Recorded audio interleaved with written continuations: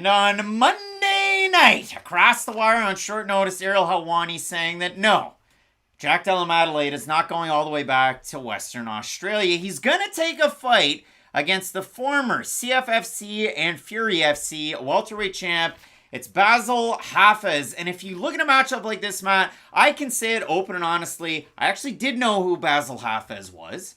Because when he won his CFFC belt, he beat St. John, New Brunswick, Canada's own Christian Savoy. A man who we saw fight... No, it wasn't Fight League Atlantic. I almost made a mistake there. Freudian slip. It was... What was the name of that? If you think I remember Fight what the Legends, name of that one-time either promotion way, it was a small promotion at the Lord Beaverbrook Arena in St. John, New Brunswick. And Christian wore a leather vest with no shirt on underneath it. And so if you watch Bassil Hafez fight, this is one of those guys, they're going to bill him as a first-degree Brazilian Jiu-Jitsu black belt. And if you look through everything, and I might as well just switch on over to that screen right now, I have him listed as pound-for-pound Muay Thai. But he's been billed at a Factory X in the past. He trains at Elevation. He trains at Onyx as well with some of the better fighters that you're going to see out there. The Usman brothers, Justin Gaethje, Grant Neal's there, Archie Colgan. A lot of really, really good fighters training in the Colorado area. So for Bassil Hafez, if you watch these fights that he's in, the thing that I worry about is his gas tank.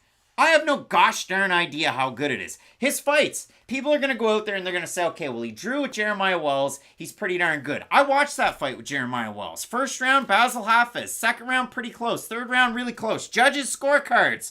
29-28 Hafez. 29-28 Wells. 29-28 split draw. Those numbers don't add up to a split draw. So I don't know who won the gosh darn fight. But when I watched it, I thought, hey, there's a good case. If somebody won that fight, I thought that Bassil Hafez won it. And I say that, lending credence to Bassil Hafez because Jeremiah Wells is now 4-0 in the UFC. He's had a good run, yeah. Hafez, split decision loss in a title fight with Cage CFFC after he beat Christian Savoy against Evan Cutts. Gets the rematch Cutts over with Fury, and what does he do? Overhand right city, and he landed him, and he dropped Cutts multiple times. And so for Bassil Hafez, I think his striking has progressively gotten better. 100%. And he's not old, but for a guy who's longer in years, he's not super young. Overhand right is great, but when Bassil does his switch stance over to southpaw, it's odd because he stops throwing, he plants his feet, and he waits for you to come in so he can land his right hook. And I've seen him drop guys with that check right. It's a really powerful It drop. really is good. Watching the tape on Bassil Hafez was an absolute treat, and I think he deserves a shot in the UFC. It's going to be tough against Jack Della Maddalena. However, I don't think people are going to talk about this. Last Friday morning, Jack Della Maddalena weighed in at 171 for a fight against the muscle hamster Josiah. And if you look at it for his opponent, I mean, I hope Josiah Harrell nothing but the best. Exactly. I hope he comes through all of the medical issues that were found during testing, and I hope he comes out great on the other side. For Jack Della Maddalena, though, could this be a UFC 249 case of Tony Ferguson making weight twice? Could this be a case like Zhalgas Zhumagulov getting ready for Estevam, and then the other Brazilian fighter is ready for before he got ready for Joshua Van? I don't like when guys make two straight weight cuts back-to-back. So for Della, it's tough because on a full camp against Bassil Hafez, I would take Jack Della without a doubt in my mind. But the double weight cut, it scares me for sure. The double weight cut scares me, but Justin Gaethje could have just beat the brakes off Tony Ferguson anyways. I understand those questions do have to be brought up, but the other side of the story is that could have just been the result no matter what. Nothing about that fight made it look like Tony Ferguson was just drained because he had a previous weight cut. He just got his ass beat by Gaethje. And yes, I do agree. There is reasons to bring it up, but for Jack Della Maddalena, I just go back to what I said when Jim Miller seemed to take a short notice fight every single time he fought. It's really difficult to beat guys who are outside the rankings in that 25 to 15 spot, right? Those are the guys you have to beat so that you do get a number next to your name.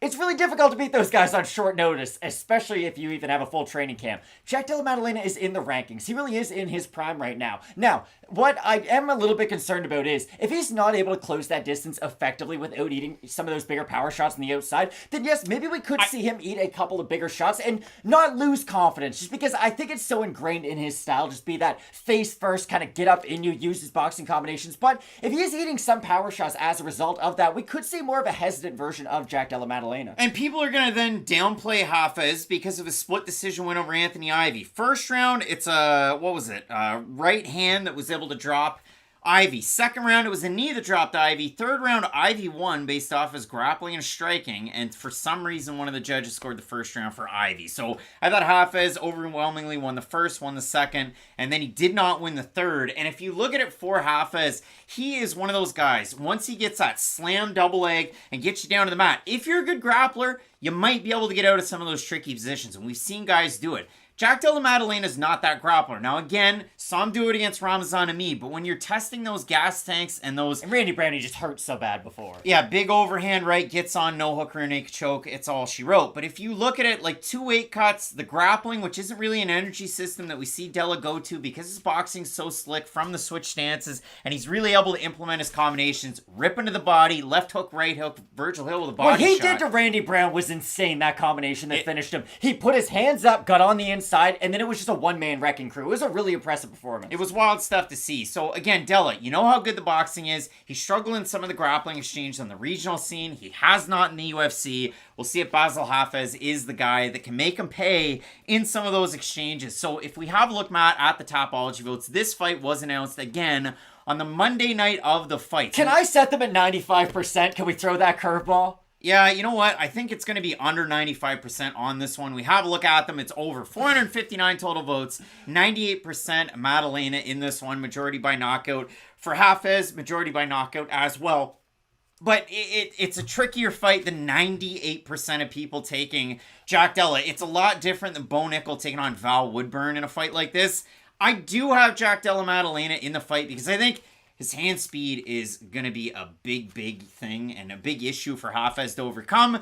But we'll see how this one plays out coming up this week. Della Maddalena, I think, is one of the better fighters in this division, at least on the rise right now. But that's the fun thing about some of these divisions. We are seeing a bit of a turnover in 170, 185, 205 even. So it is kind of fun to see these newer guys on the rise. And for Hafez, if he could get this win, this is insane. Like Josh Emmett versus Josh Emmett versus Ricardo Lamas. Alexander Hernandez versus Benil Dariush. It's one of those massive upsets where it really makes you reconsider the division. I don't think it. I think that's a really silly thing to say. I don't think based on how good Hafez is. But Craig, it's a debutant fighting a guy who is currently in the rankings. Just that right there is a massive thing. That rarely happens where the guy ends up getting the win. Just because you say that, that might be true, but it's an unranked fighter who's never fought in the organization before on short notice against a guy who's ranked. We will see how this fight plays out and if they move it up the card throughout the week. Both of us going with Australia's Jack Della Maddalena to get the win. Let us know who you have in this matchup. The rest of the fights on the card. The next one coming up, it's Austin Lingo taking on